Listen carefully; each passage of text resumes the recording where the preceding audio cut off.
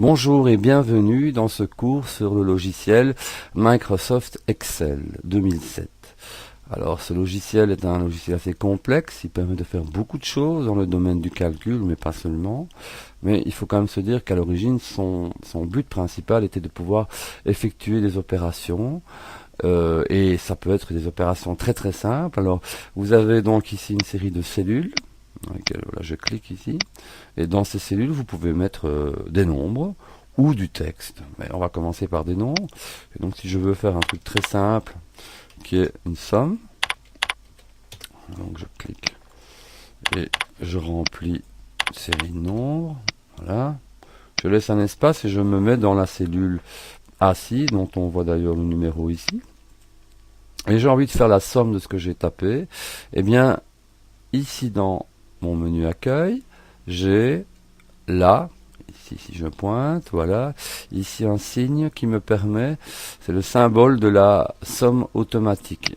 Donc quand je clique dessus, il me demande à présent de vérifier si j'ai bien désiré faire la somme des nombres situés ici dessus. Je fais Enter pour dire que c'est bon, et voilà, j'ai un nombre qui apparaît, qui est, si on reclique sur la cellule, on voit que il a indiqué un calcul qui est égal, donc on met toujours égal avant une formule, somme, qui est un terme reconnu par Excel, entre parenthèses, les cellules A1, 2 points A5, ça veut dire de A1 à A5, donc il a bien été faire la somme des cellules présentes ici.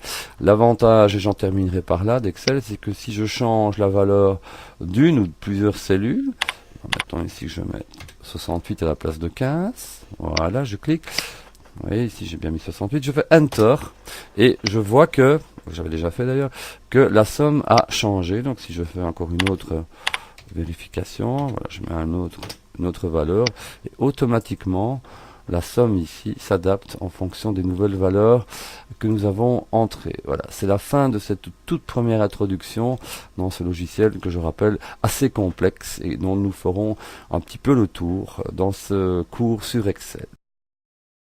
Dans cette leçon, nous allons regarder un peu l'environnement de la nouvelle interface que Microsoft a mise au point pour sa version 2007 d'Office.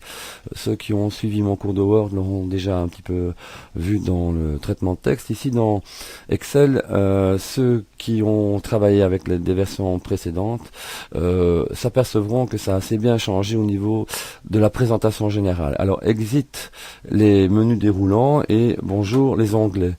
Donc ici, vous avez une série d'onglets qui sont répartis par thème. Et bien sûr, nous les observerons plus tard. Revenons sur l'onglet d'accueil. Maintenant, dans chaque partie, dans chaque onglet, il y a une série de blocs thématiques. Donc ici, le presse-papier, là la police, là l'alignement, le nombre, etc. Et donc chacune des commandes de ces blocs font partie de la même famille. Sur certains blocs, vous avez en bas à droite une petite case sur laquelle vous pouvez cliquer pour obtenir une série de notions complémentaires. Voilà, ici vous avez un format de cellule beaucoup plus complet avec le choix des polices, avec la description des polices ici. Vous avez une série de commandes complémentaires comme barre exposant indice. Vous pouvez choisir de mettre en italique, vous pouvez changer la police, etc. C'est un peu plus complet par rapport à ce qui est présenté comme icône dans la partie bloc police. Voilà. Et c'est de même pour toutes les autres onglets. Alors, dans certains blocs, il n'y a pas de possibilité complémentaire. Donc là, vous ne trouverez pas, par exemple dans Style, là, le petit carré en bas à droite du bloc, ce qui fait que tout ce que vous avez à votre disposition figure dans l'affichage. Voilà, fin de cette petite leçon d'introduction qui nous montre un peu les différences entre cette version d'Excel et les versions antérieures.